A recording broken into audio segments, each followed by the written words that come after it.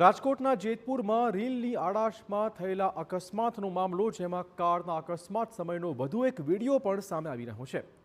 CCTV કેમેરાના દ્રશ્યોમાં પૂરપાટ ઝડપે જતી કાર દેખાઈ રહી છે। પેડલા ચોકડી પાસે અકસ્માતમાં 3માંથી 2 યુવકોના મોત થઈ ગયા હતા।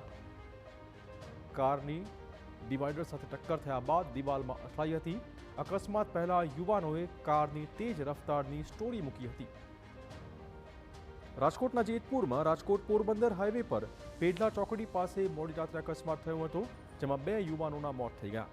કાર ચાલક રીલની ઘેલછામાં ચાલુ કારમાં વિડીયો બનાવી રહ્યો હોવાની એક વિડીયો પણ સામે આવ્યો હતો અને તેના એક હાથમાં મોબાઈલ ફોન હતો અને બીજા હાથથી કાર હંકારતો હતો।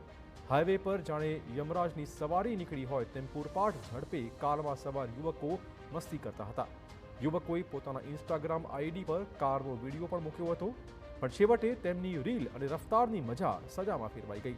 અકસ્માતમાં કાર પહેલા અથડાઈ હતી અને પછી રસ્તા પર ફાર્મ હાઉસની દિવાલમાં ટકરાઈ ગઈ।